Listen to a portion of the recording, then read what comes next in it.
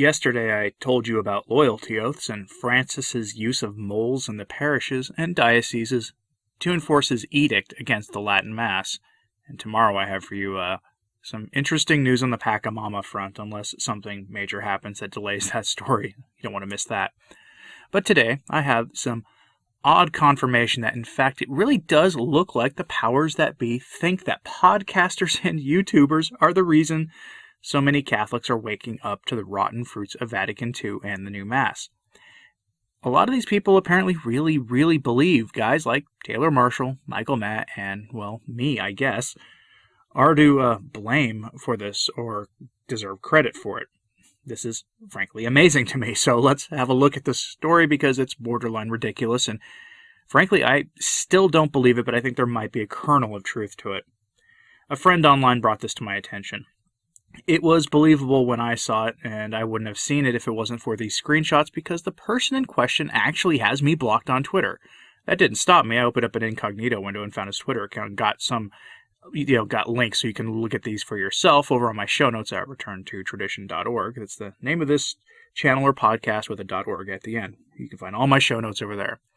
Now, these screenshots that you're about to see are from the Twitter account of professional Francis fanfiction writer Austin Ivere, who probably doesn't like that I have dubbed him a professional Francis fanfiction writer and has blocked me as a consequence, despite the fact that I actually highly recommend a book by him if you want to understand Francis and his pontificate, and I'll get to his book more in a moment. At first I laughed when I saw this, but now I think there might be something to it, at least in part. Here's the scenario I want you to go over in mind. It's really the only way to have this be plausible. Imagine you're a bishop, already widely distrusted and disliked by a small but extremely organized, passionate, and vocal group whose critics are gaining traction throughout the church. Now imagine, you dislike Pope Francis, but have played the loyal party man to curry favor while he was popular. What better way to insulate yourself from criticism and redirect your critics toward another enemy than to go to the Pope in private, stoke his paranoia against the trads, who also don't like him, then, when he drops the hammer, act surprised and show leniency and mercy in the full spirit of Vatican II, while suggestively poo-pooing the irrational actions to which you yourself provoked him. This is actually quite brilliant, if it's true, which I don't necessarily think it is, but it's a thought experiment. I'm not at all convinced this is the case, but it's interesting food for thought and it may actually be true. But here are the screenshots in question. According to Austin Ivere, the professional Francis fanfiction writer, while I was on retreat, received this from a U.S. bishop.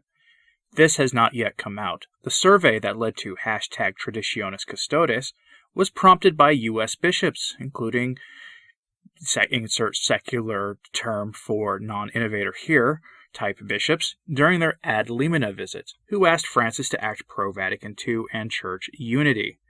Now, before I read to you the actual rest of this, an ad limina visit is when the bishops meet, I think it's annually, with the Pope one-on-one for even just a few minutes. But it's a long-standing papal tradition going back, well, centuries really, where the bishops will meet regularly with the Pope face-to-face.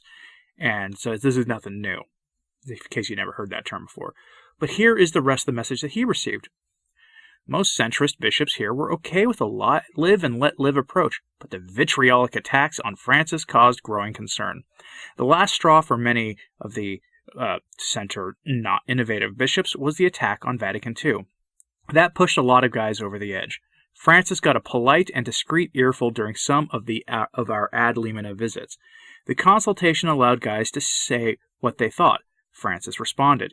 You should see some of the frothing mouths and words in some of the TLM media here. Archbishop de Noia of the CDF, no innovator to say the least, came out pulling no punches and excoriating them.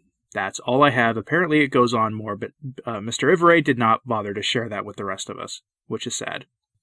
Now, at the end of the day, I don't really believe that all that much, nor should you, and here's why.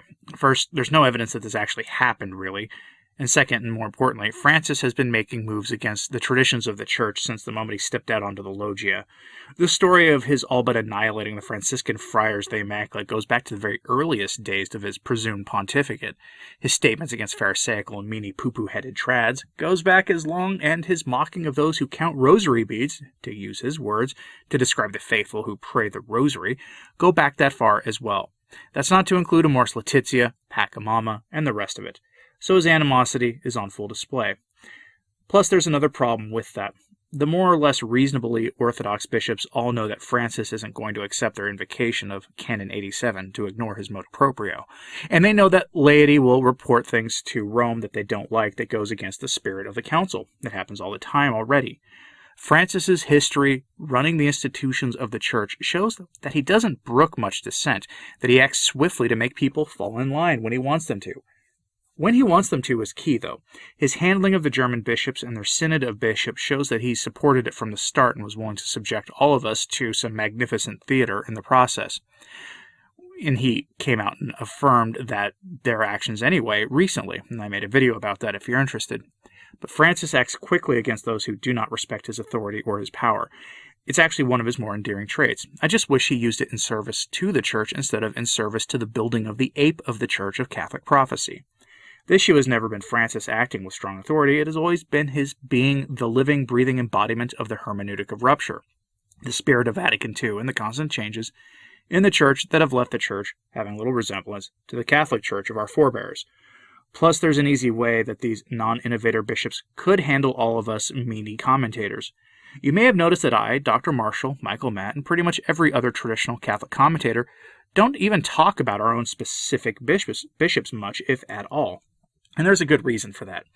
I have a hard and fast rule that unless my personal bishops do something so egregious that I have to talk about them, then I don't want to mention them at all unless it's positive or generally neutral.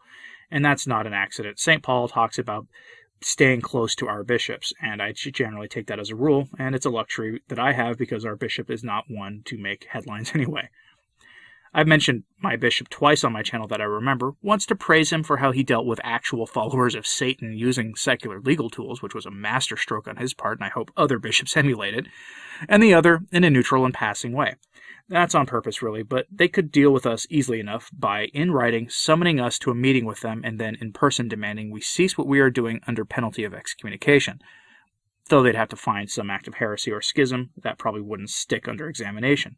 But they could do that, and they haven't, and it makes you wonder why, doesn't it?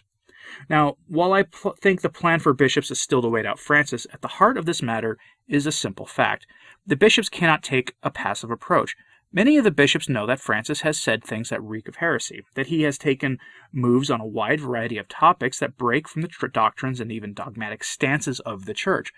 They choose to do nothing, likely, after the dubia was utterly ignored by Francis and another clear break from the traditions of the Church. Historically, popes have actually, answered when presented with a dubia, and historically, it has been to affirm and clarify the dogmas and doctrines in question. Not so much with Francis. But that is because while his use of strong authority in the church isn't the problem, his use of that authority to break down the sacred traditions and tenets of the faith absolutely is, and the bishops largely do nothing about it. Part of that is probably because despite what Cardinal Manning or St. Robert Bellarmine might have said on the subject, at the end of the day, there isn't much precedence for the bishops to do anything about a pope like Francis. And that's kind of a big problem.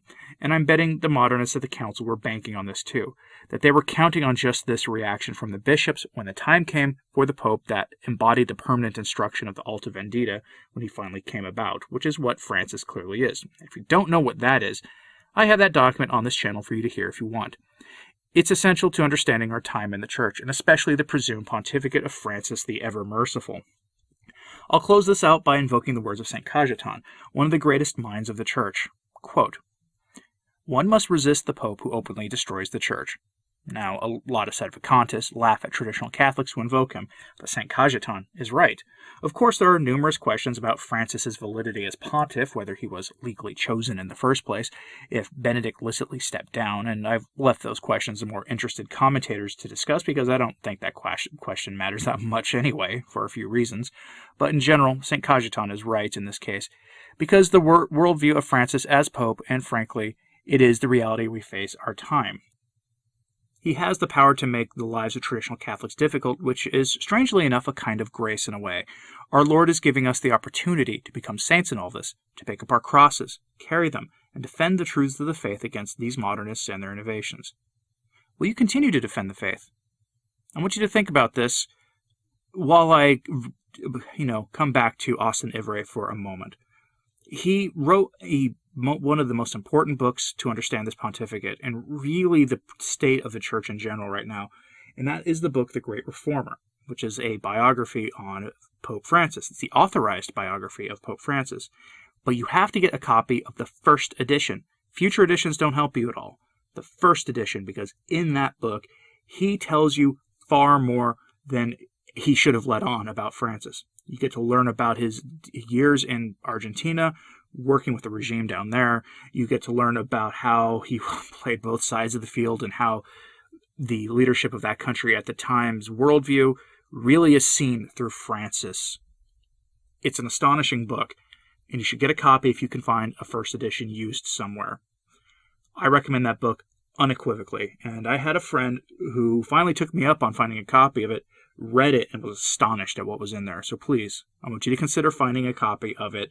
If you're watching this on YouTube, the cover of the book is on your screen so you can find it.